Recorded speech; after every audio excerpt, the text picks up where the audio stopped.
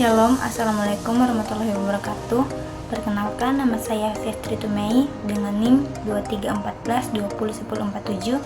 Pada saat ini akan mempresentasikan tugas ujian akhir semester tentang pneumotoraks dengan dosen pengampu Nurse Fania Tampilang Eskep MKes, mata kuliah Pendidikan Promosi Kesehatan. Pneumotoraks adalah keadaan di mana paru-paru kolaps disebabkan oleh masuknya udara di dalam rongga pleura atau kafum pleura yang menyebabkan gangguan seperti sesak nafas, sputum, spasme otot, perubahan pola pernapasan, penurunan ekspansi toraks, dan penurunan aktivitas. Pneumotoraks terbagi menjadi beberapa jenis berdasarkan penyebabnya. Kondisi ini terbagi menjadi dua, yaitu pneumotoraks trauma dan spontan.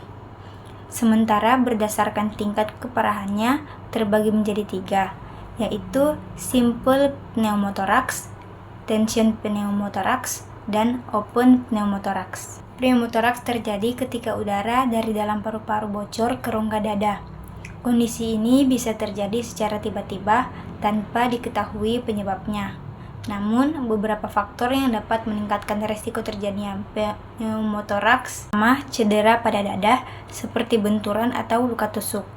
Kedua, mengalami penyakit paru-paru seperti asma, kanker paru-paru, atau cystic fibrosis. Ketiga, gaya hidup seperti penggunaan narkoba, merokok, scuba, atau menyelam di laut atau olahraga terbang yang melibatkan perubahan tekanan udara secara drastis, misalnya permainan parasut. Keempat, berjenis kelamin pria dan berusia 20-40 tahun. Kelima, gangguan keseimbangan udara pada dada karena penggunaan alat bantu pernapasan ventilator. Keenam, pecahnya kantung berisi udara di luar paru-paru yang disebabkan oleh PPOK atau emfisema. Ketujuh, memiliki postur tubuh kurus dan tinggi seperti penderita sindrom Marfan. Terakhir, memiliki keluarga yang dengan riwayat pneumotoraks. Tanda dan gejala pneumotoraks terjadi karena tekanan udara di rongga pleura meningkat dan menekan paru-paru, sehingga menghalangi paru-paru mengembang saat penderita menarik napas. Kondisi ini dapat memicu sejumlah gangguan seperti: pertama, nyeri dada di salah satu sisi terutama saat bernapas. Kedua, batuk-batuk. Ketiga, detak jantung meningkat. Keempat, nafas cepat. Kelima, kelelahan. Keenam, sesak nafas. Dan ketujuh, kulit, bibir, dan kuku membiru atau cyanosis. Cara pencegahan: hentikan kebiasaan merokok, kurangi aktivitas fisik yang membebani paru-paru seperti menyelam, atau menjalani pengobatan dan pemeriksaan secara berkala ke dokter bila menderita penyakit paru-paru. Komplikasi yang mungkin terjadi dapat bervariasi, tergantung pada ukuran dan tingkat keparahan pneumotoraks, penyebab, serta pengobatannya. Kondisi ini dapat menyebabkan udara terus-menerus bocor jika lubang di paru-paru tidak dapat menutup hingga menyebabkan gagal napas. Patofisiologi. Patofisiologi pneumotoraks berupa gangguan recall paru yang terjadi melalui mekanisme peningkatan tekanan pleura akibat terbentuknya komunikasi abnormal. Komunikasi abnormal ini dapat terjadi antara alveolus dan rongga pleura atau antara udara ruang dan rongga pleura. Pada kondisi normal, pleura memproduksi sejumlah cairan serosa yang untuk memfasilitasi gerakan kembang kempis paru.